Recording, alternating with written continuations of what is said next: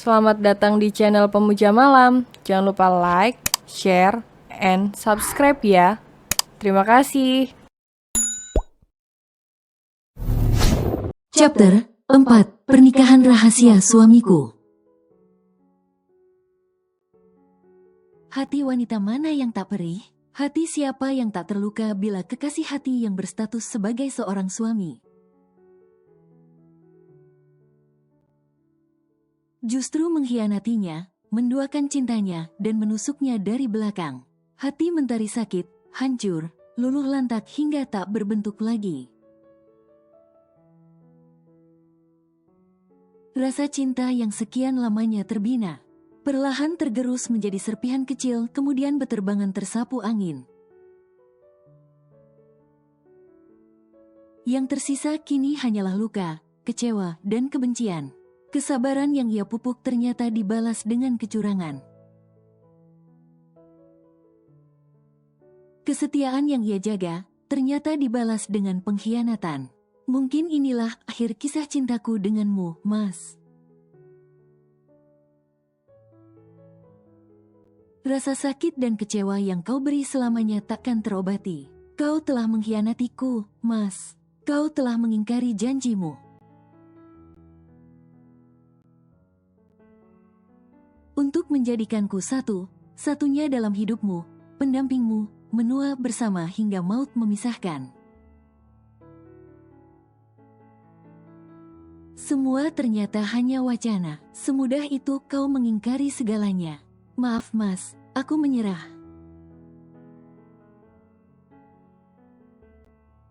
Bila selama ini aku bertahan meski caci maki tiada hentinya ibu dan adikmu lontarkan.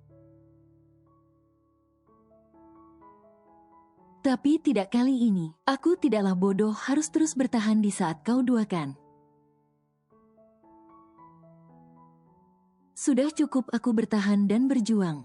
Karena nyatanya yang aku perjuangkan tak lebih dari sampah yang memuakan. Selamat berbahagia, Mas, meski bukan bersamaku lagi. Sudah siap semua, Pak? Tanya Mentari pada sopirnya yang sedang membukakan pintu mobil untuknya. Sudah, Non, semua sudah siap. Kita tinggal langsung berangkat saja.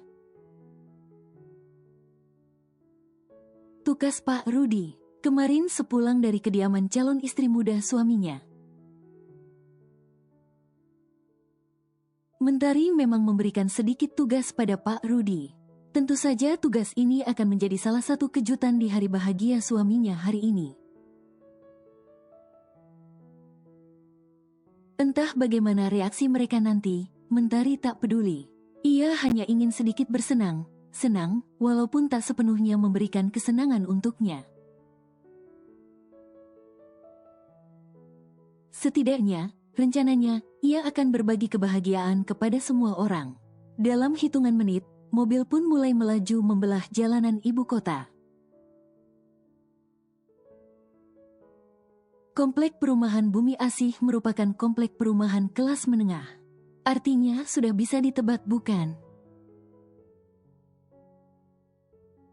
Keluarga calon istri muda suami Mentari itu bukanlah orang yang benar-benar kaya. Meskipun bangunan di sana terlihat mewah, namun itu penilaian bagi orang kelas bawah seperti mertuanya yang gila harta. Ah, terserahlah, Mentari tak lagi mempedulikan mereka. Mulai hari ini, Mentari lepas tangan mengurusi segala tetek bengek urusan mereka. Biarlah mereka sok sendiri nanti saat mengetahui kenyataan tak terduga yang ia sembunyikan rapat selama ini. Perlahan tapi pasti, Mentari akan menunjukkan siapakah Benalu sebenarnya. Kurang dari 30 menit, mobil yang membawa Mentari telah tiba di depan pintu gerbang rumah.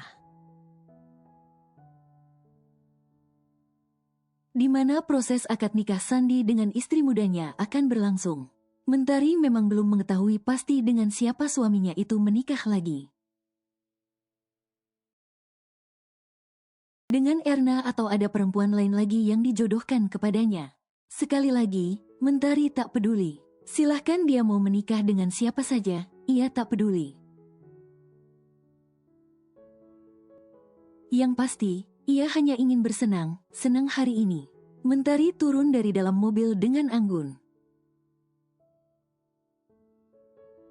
Sunglasses berwarna hitam dengan gagang keemasan yang menutup kedua matanya, membuat penampilannya kian memukau. Beberapa orang tamu yang baru datang pun yang berdiri di depan gerbang sampai berdecak kagum. Mengira Mentari merupakan artis kenalan atau anggota keluarga sang pengantin. Mentari tersenyum semanis mungkin, membuat semua yang melihatnya kian terpukau. Mentari berjalan dengan anggun memasuki halaman rumah itu. Sambil melangkah, Mentari dapat mendengar suara yang begitu familiar di telinganya. Tengah mengucapkan kalimat ijab kabul. Kemudian dalam hitungan detik seruan kata sah terlontar dari para saksi di dalam sana. Mentari tersenyum miris, hatinya terasa teriris. Ia tak menyangka, hari ini suaminya kembali mengucapkan kalimat sakral itu tapi untuk perempuan lain. Hatinya benar sakit. Wanita mana yang tidak sakit?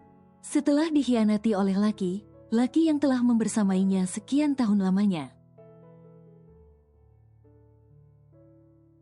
Laki yang pernah hampir setiap malam berbagi peluh dan kenikmatan dengannya. Namun kini, semua telah usai. Tak ada lagi yang akan ia pertahankan. Kenyataan ini ternyata sungguh menyakitkan. Mentari telah berdiri di ambang pintu. Saat ia melihat suaminya tengah mencium dahi wanita yang kini sudah bergelar sebagai istrinya itu. Sakit, namun, Mentari takkan menunjukkan raut kesakitan itu. Biar mereka melihat, Mentari bukanlah perempuan yang mudah diinjak, dan direndahkan. Cukup selama 5 tahun ini ia direndahkan dan dicemooh, kali ini tidak lagi. Takkan lagi, mulai hari ini, detik ini, semua usai. Mentari masuk ke dalam rumah itu dengan begitu anggun. Senyum manis tersungging indah di bibir bergincu merah itu. Sungguh sangat serasi dengan gaun merah seksi yang ia kenakan. Sandi yang tadi sedang menatap Erna dengan tersenyum. Sontak ternganga tak percaya saat melihat keberadaan Mentari di acara pernikahan yang ia rahasiakan itu. Jantungnya seketika berdebar begitu kencang. Tangannya berkeringat dingin, wajahnya memucat, lidahnya keluh. Tubuhnya kaku bagai terpaku ke bumi. Kenapa kamu ada di sini?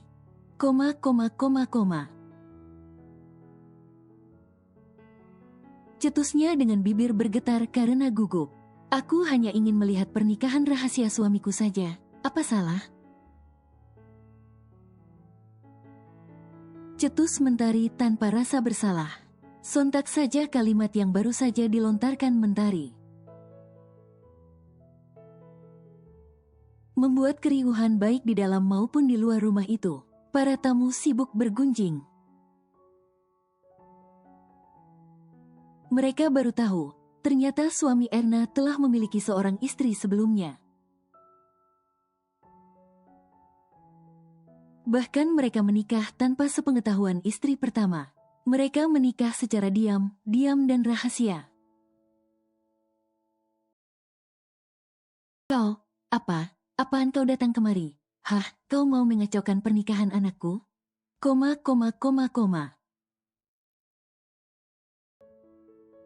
Bentak rohani murka. Astaga ibu mertua, kan tadi udah bilang, Tari itu cuma mau melihat pernikahan suami Tari, gitu aja.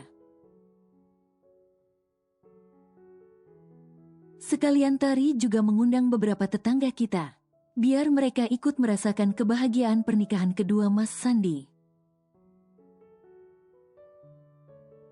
Kenapa sih pakai marah? Marah, kan tujuan Tari baik? Sahut Mentari dengan memasang tampang sedih karena disalahkan di hadapan orang banyak.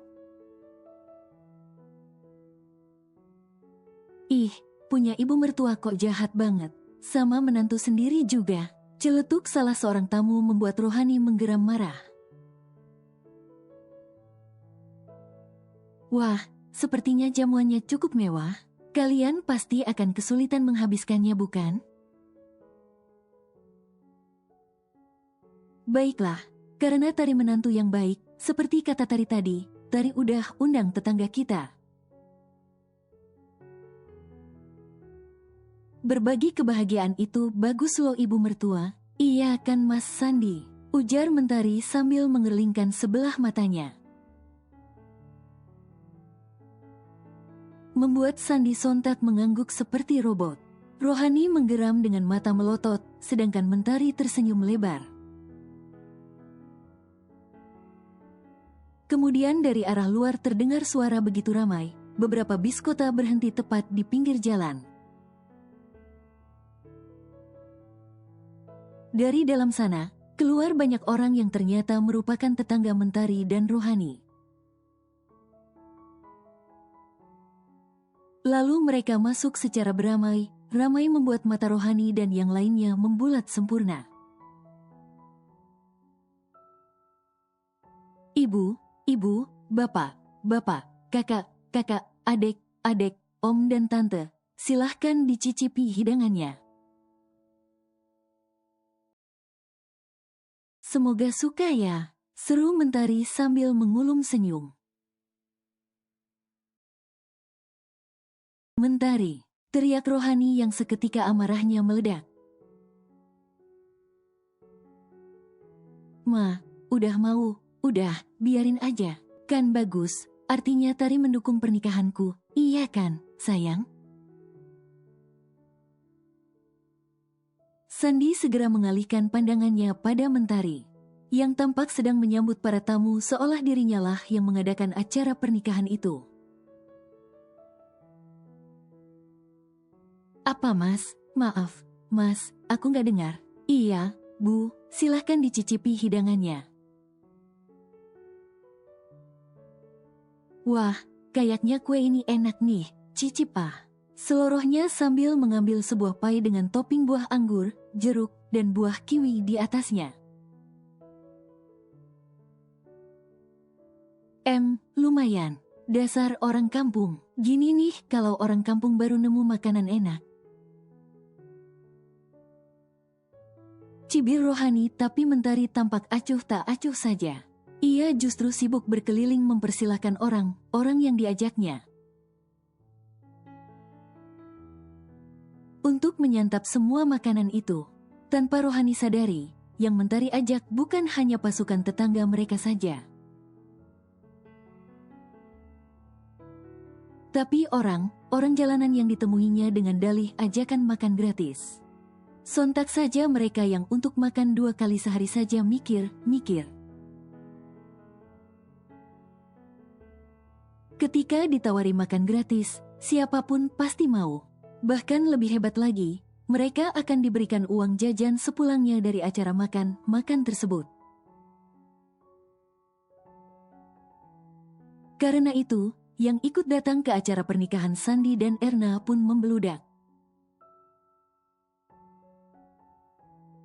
Duh Neng, lauknya habis. Yang ngadain pesta pelit bener sih.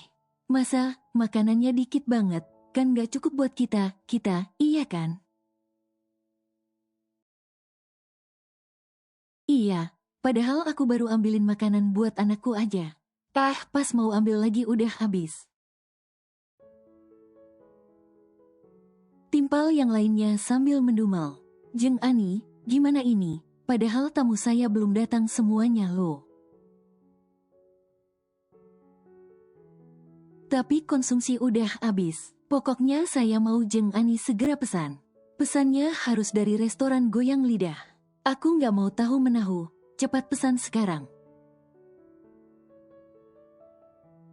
Seru Asma, ibunya Erna. Mendengar lauk pauk habis dan ia diminta membeli lagi dari restoran. Terang saja membuat Rohani kian murka. Heh, Benalu, pergi kau dari sini, kau pasti sengaja akan membuat kekacauan di sini. Hardik Rohani dengan suara meninggi. Iya kamu mbak, dasar perempuan gila, pengemis dari mana sih diajak kemari, udah rakus, bau lagi. Cibir Septi membuat beberapa tetangga asli Mentari dan Rohani tersinggung. Heh, dasar ibu dan anak gak ada akhlak, sukanya menghina, menantu sendiri dihina. Padahal kemana, mana masih bagusan Naktari dibanding pelakor itu. Seorang ibu bertubuh gempal maju ke depan sambil berkacak pinggang. Halah, bagus apanya, cantik doang tapi Benalu untuk apa?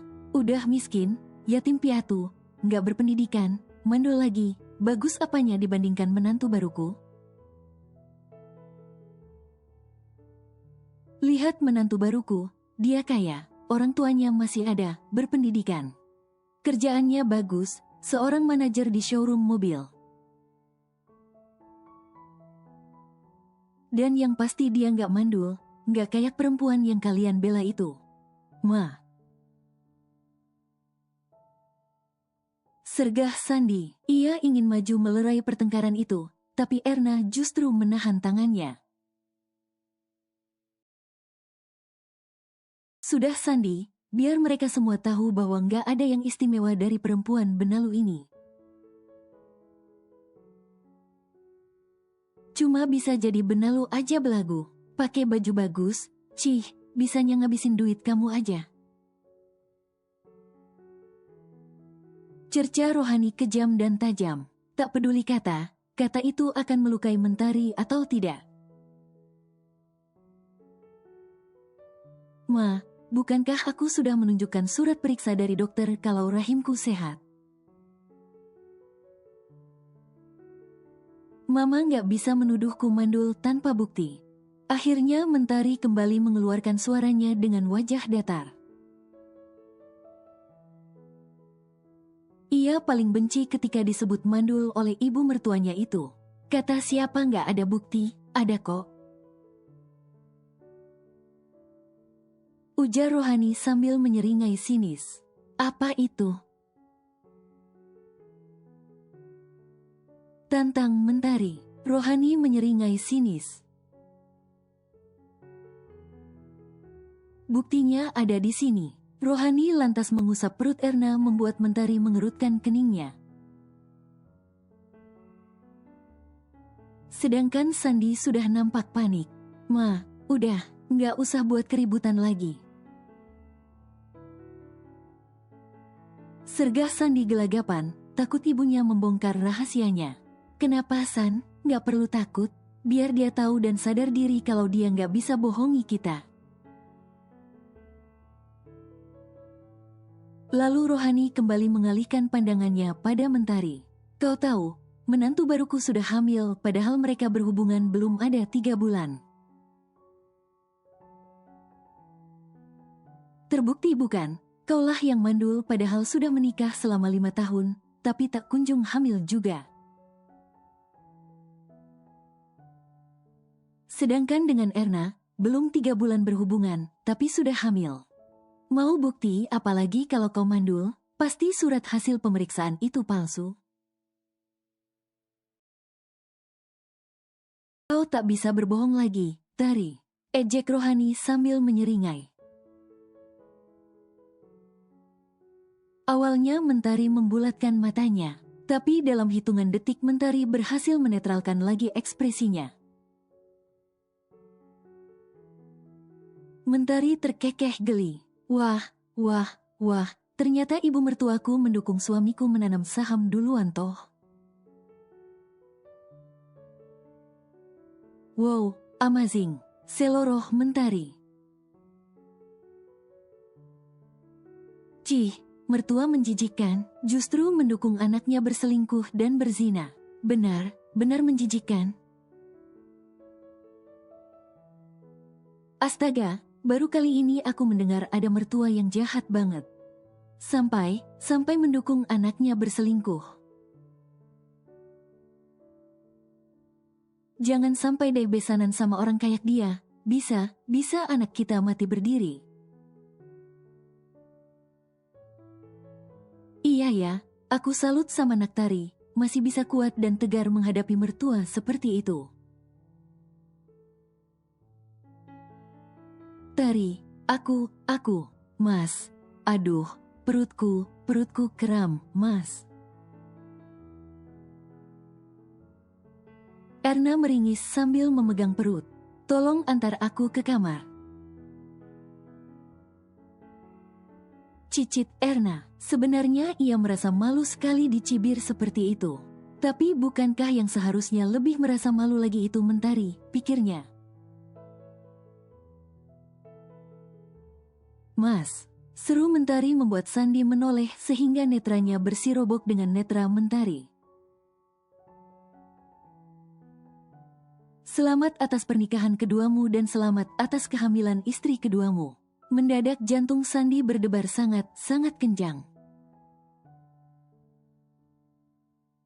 Mentari memang tersenyum, tapi entah mengapa ia merasa senyum itu penuh arti. Sorot mata indah itu pun terlihat berbeda. Tiba perasaan takut menyentak jiwanya.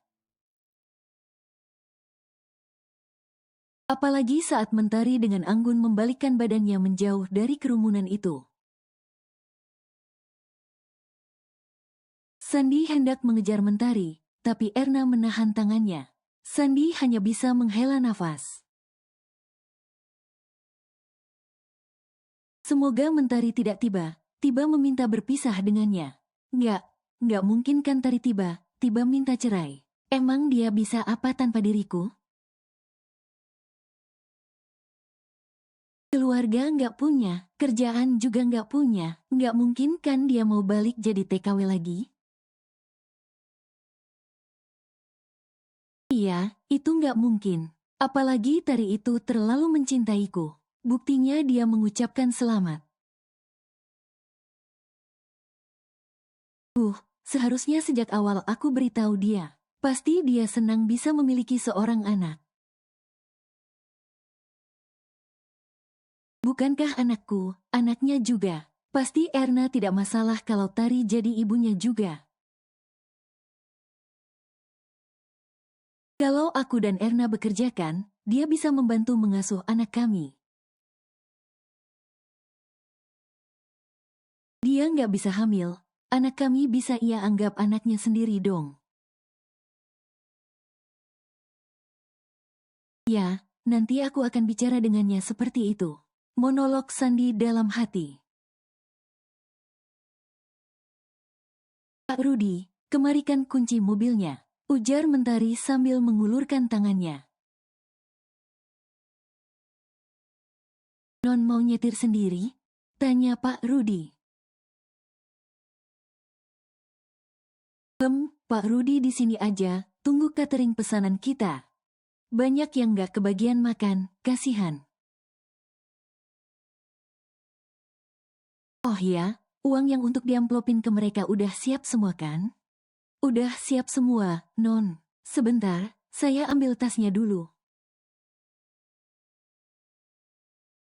Uangnya ada di dalam tas itu, ujar Pak Rudi yang gegas mengambil tas berisi puluhan amplop berisi uang. Untuk jajan para tamu dadakan yang ditemuinya di jalan. Setelah mendapatkan kunci mobil, Mentari pun segera masuk ke dalam mobilnya. Kemudian melaju dengan kecepatan cukup tinggi. Membuat Septian yang baru saja pulang dari rumah temannya sampai melongo tak percaya. Mbak Tari, Beonya dengan mulut menganga melihat Mentari mengendarai mobil BMW i8 berwarna putih.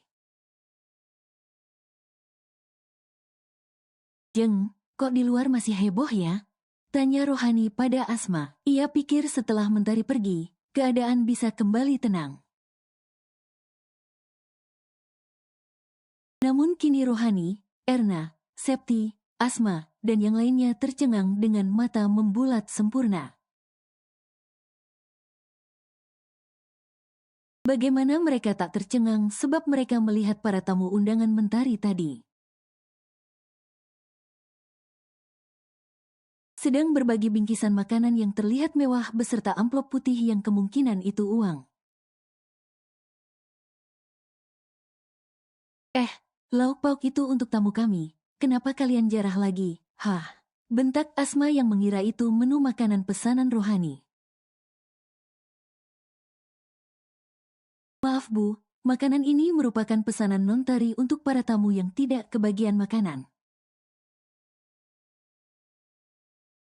ujar Pak Rudi yang spontan mengundang seruan mengejek dari semua orang yang ada di sana. Para tamu undangan Rohani dan Asma pun kini berbalik mengejek mereka, sebab telah membuang menantu baik. Demi menantu baru yang didapat dengan tanam saham sebelum menikah. Malu. Mereka bersamaan membuat wajah Rohani dan keluarga Erna memerah karena malu. "Awas saja kau Tari, aku akan membuatmu menyesal. Aku akan membuat Sandi menceraikanmu biar kau tahu rasa." Pakai acara bagi makanan enak dan bagi duit pula. Pasti itu uang Sandi, dasar kurang ajar.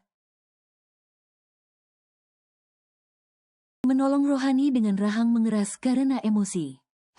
Tian, kamu dari mana sih? Kakak kamu nikah tapi kamu malah kelayapan."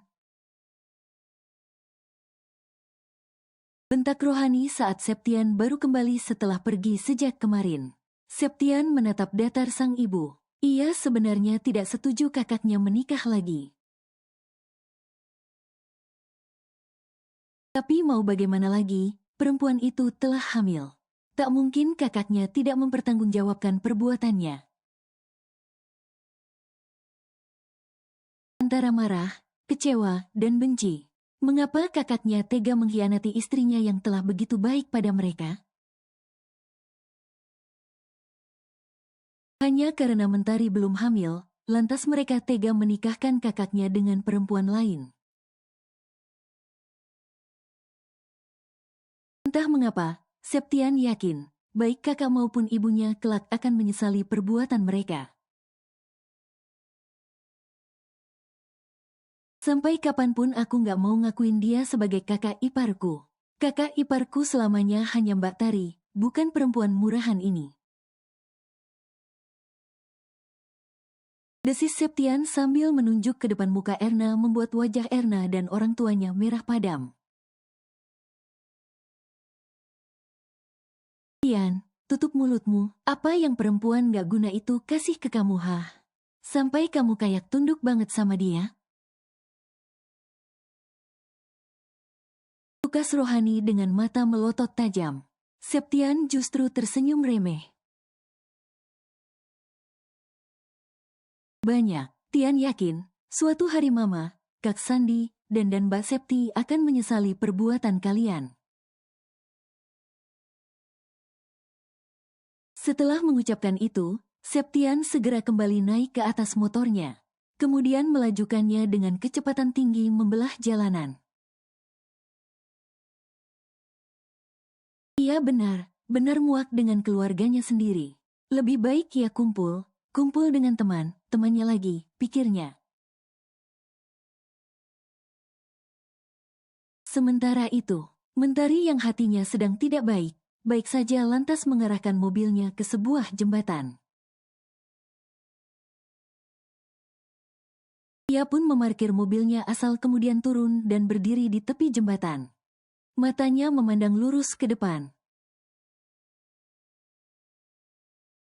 Di bawah jembatan mengalir air sungai yang tidak begitu besar namun arusnya cukup deras. Mentari menghela nafasnya berkali-kali untuk mengurai sesak yang memenuhi rongga dadanya. Ia tak menyangka hal ini akan terjadi dalam hidupnya. Suaminya benar-benar menikah lagi dengan perempuan lain. Dan yang lebih menyakitkan, perempuan itu hamil anak suaminya. Benarkah aku mandul? Tapi di hasil pemeriksaan aku normal dan sehat saja. Namun mengapa dia bisa begitu cepat hamil? Sedangkan aku yang telah menikah 5 tahun lamanya tak kunjung hamil juga. Apakah hasil pemeriksaan itu tertukar dengan pasien lain? Lirihnya bertanya-tanya. Mentari memejamkan matanya. Sesak itu kian terasa. Mentari sampai meremas pinggiran jembatan. Matanya memanas. Bolehkah ia menangis satu kali saja? Ia ingin menguraikan sesak di dadanya yang kian menyiksa.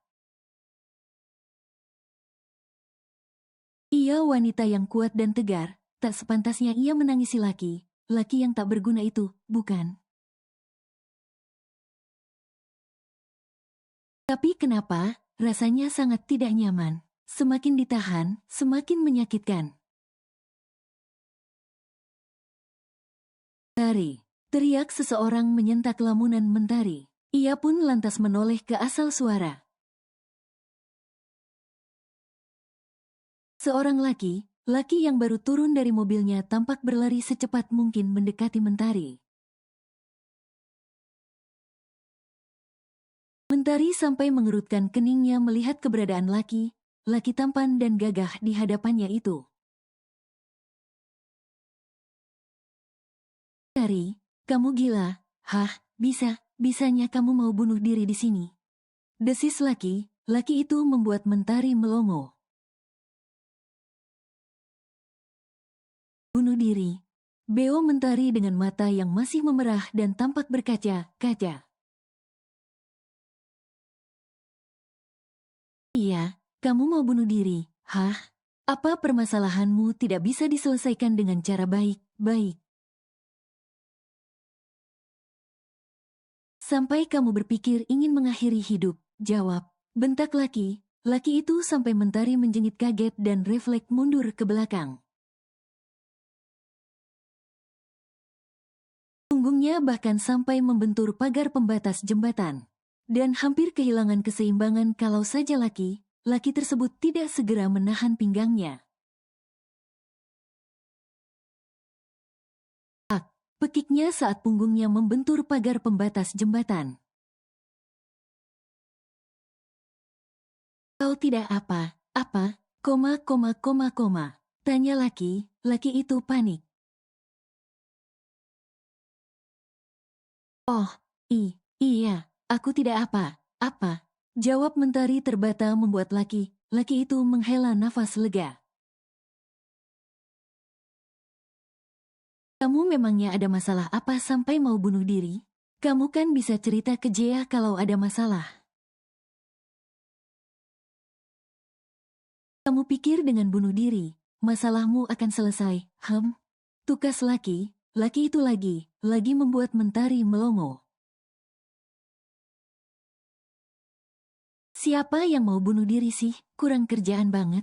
Mentari berdecak kemudian terkekeh sendiri. Aku nggak sebodoh itu, Jerva. Aku yang rugi, mereka yang senang dong entar. Mending kalau mati bisa langsung masuk surga, lah ini langsung dilempar ke neraka. Ih ngeri, dosa udah banyak, aku nggak mau nambah dosaku lagi dengan bunuh diri. Ucap Mentari seraya terkekeh. Jadi tadi itu? Aku cuma mau mengurai sesak aja. Menghirup udara di sini cukup segar. Apalagi sambil lihat air yang mengalir deras. Sahutnya sambil melirik wajah Jervario yang memerah karena malu. Huf, baguslah. Jangan pernah melakukan hal bodoh yang merugikan dirimu sendiri, ingat. Tegas Jervario. Siap, bos. Serunya sambil meletakkan punggung tangan di samping kepala. Jervario tersenyum tipis, bahkan sangat tipis sampai Mentari tidak menyadarinya. Kamu tadi nangis? Enggak. Jawab Mentari cepat. Itu mata kamu merah.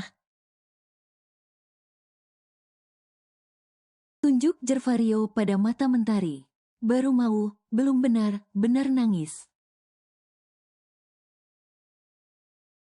Kamu sih, tiba aja datang, air mata aku masuk lagi kan. Protes Mentari sambil mencebikkan bibirnya membuat Jervario lagi tersenyum. Ya udah, nangis lagi aja, biar aku temenin. Hah. Seru Mentari melongo. Sudah, kalau kamu mau nangis, nangis aja. Nggak perlu ragu. Tapi setelah ini, jangan pernah menangis lagi. Karena air mata kamu itu terlalu mahal. Untuk kamu buang sia demi mereka yang telah menyakitimu. Ucap Jervario, untuk pertama kalinya. Mentari mendengar kalimat panjang lebar dari saudara kembar sahabatnya tersebut. Aneh memang, tapi entah kenapa ia manut saja disuruh menangis. Tak lama kemudian, mata Mentari kembali memerah. Perlahan, bah air asin dan hangat itu turun membasahi pipinya. Tiba saja, tangan Jervario terulur. Dan menarik pundak Mentari sehingga masuk ke dalam dekapannya. Mentari menangis sejadi-jadinya. Ia tumpahkan segala sesak yang mendera jiwanya. Tak peduli di mana mereka sekarang. Yang bahkan sudah seperti artis sinetron yang sedang melakukan syuting. Mentari tak peduli atau sebenarnya ia lupa dan tak menyadari. Yang ia butuhkan saat ini adalah dada ini. Rasanya begitu nyaman dan menenangkan. 30 menit kemudian, Mentari sudah bisa lebih tenang. Rasanya sungguh lega luar biasa. Ia pun segera menarik diri dari dekapan Jervario. Namun setelahnya mata Mentari melotot sebab kemeja Jervario yang biasanya begitu rapi. Ini justru sangat kacau dan basah karena lelehan dari mata dan hidungnya. Duh, kemeja kamu jadi basah. Maaf. Cicit Mentari merasa bersalah. Padahal kamu kan harus kembali lagi ke kantor kan? No problem, di mobil aku ada baju ganti. Nggak, aku nggak ke kantor lagi siang ini. Hari ini akan mau ke showroom aku, jawab Jervario sambil mengulurkan sapu tangan untuk Mentari. Nggak usah, makasih, di mobil ada tisu kok, tolak Mentari. Ambil, ketus Jervario memaksa.